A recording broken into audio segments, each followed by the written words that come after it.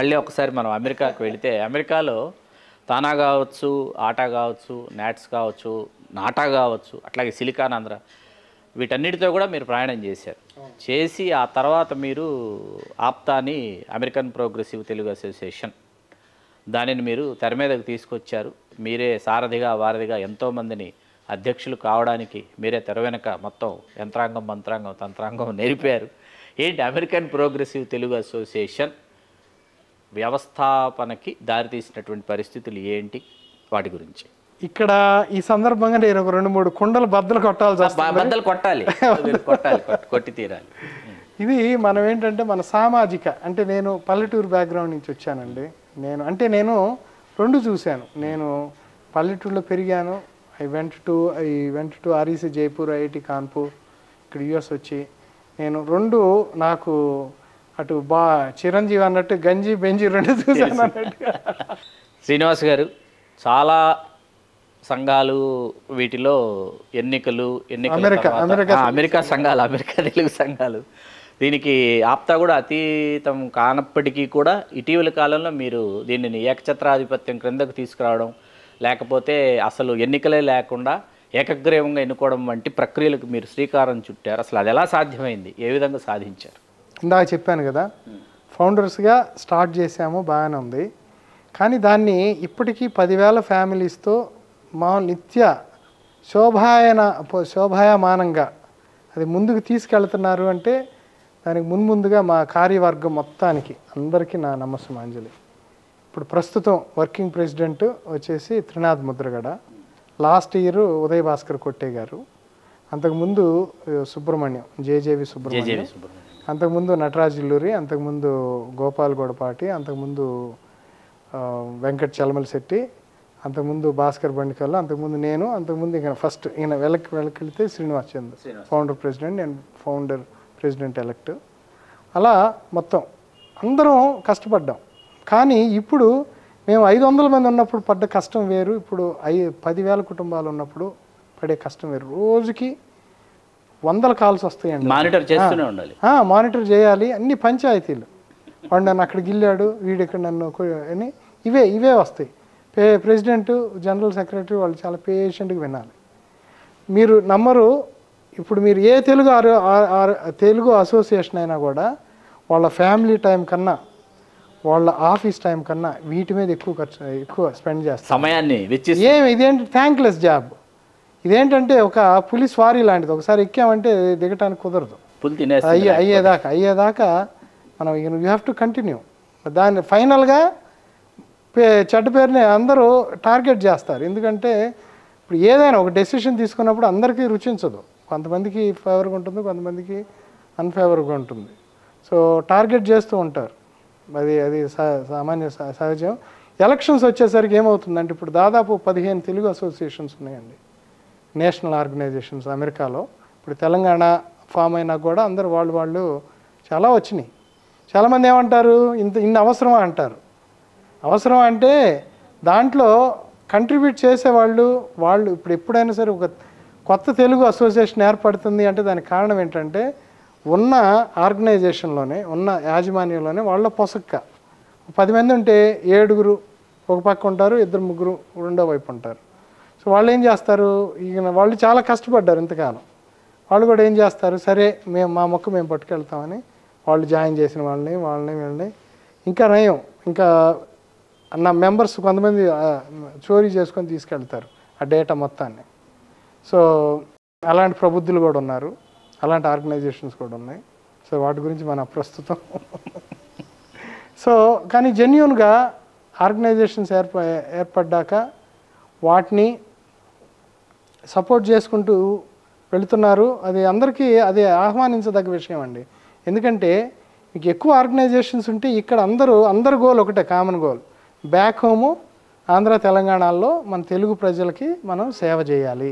Medical camps కానివ్వండి, ఉపకార వేతనాలు కానివ్వండి, ఇంకేమన్నా ఈ ట్రైనింగ్స్ కానివ్వండి, జాబ్ సెర్చ్లో కానివ్వండి, లేకపోతే వాళ్ళకి ఇంకా ఇతరత్ర కారణాలు కానివ్వండి, ఈ వృద్ధాశ్రమాలు కానివ్వండి, అన్నీ వండర్ఫుల్. లేకపోతే మహనీయుల విగ్రహాలు పెట్టడాలు కానివ్వండి, వాటర్ ట్యాంక్స్ కానివ్వండి, ఇవన్నీ అన్ని ఆర్గనైజేషన్స్ చేస్తున్నాయి.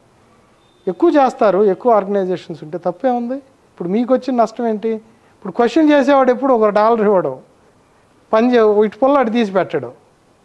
నేను వాళ్ళనే మీరు దయచేసి మీరు పక్కన కూర్చోండి, చేసేవాళ్ళు చేయనివ్వండి, వాళ్ళు పెట్టుకుంటారు ఆర్గనైజేషన్, పెట్టుకొని చేయనివ్వండి, తప్పే ఉంది.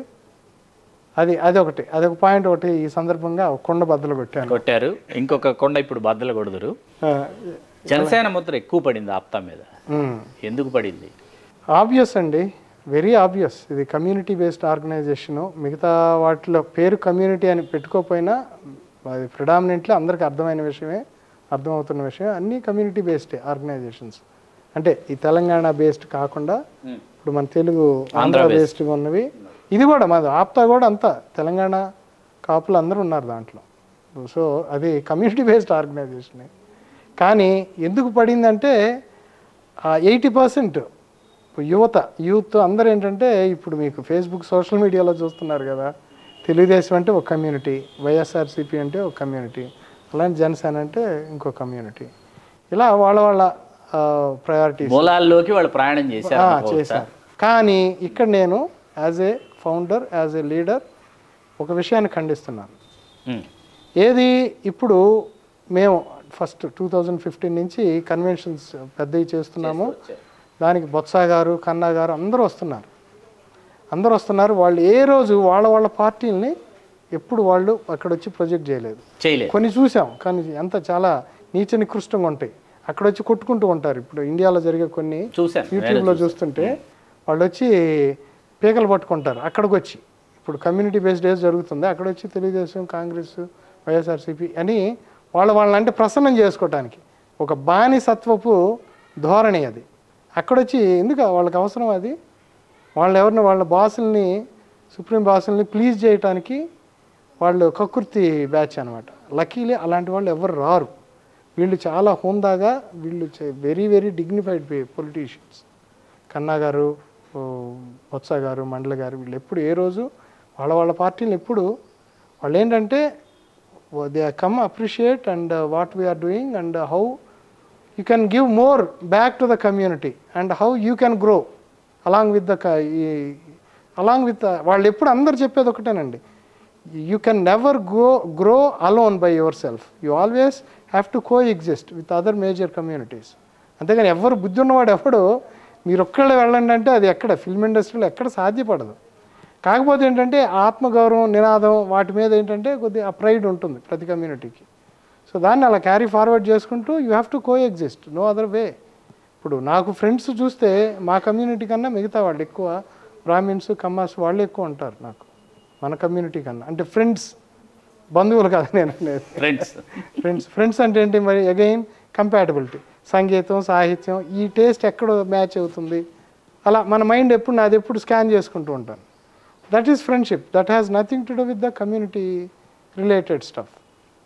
ఇంకోటి మేమేంటంటే మళ్ళీ coming back to the point, ఇందా చెప్పానుగా రామాయణంలో పిడకల వేటలాగా నేను అలా డైగ్రెస్ అవుతూ ఉంటాను. సో ఇప్పుడు మళ్ళీ వెనక్కి వస్తే, ఇప్పుడు కొంతమంది presidents they went out of their ways and support చేస్తున్నారు జనసేనని.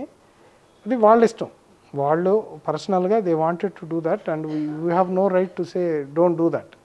ఎందుకంటే వాళ్ళు ఏమంటారు, నేను ప్రెసిడెంట్ స్థాయిలో కాకపోతే నేను వ్యక్తిగత స్థాయిలో చేస్తున్నానంటారు. అది ఇక వీ హ్యావ్ టు వాళ్ళ వివేకానికి వదిలేయాలి మనం, దానికి మనమే వీ హ్యావ్ నో సేయింగ్. కానీ యాజ్ అన్ ఆర్గనైజేషన్ డెఫినెట్గా మీది it has to be non political. That's why I always request our board to be firm on this.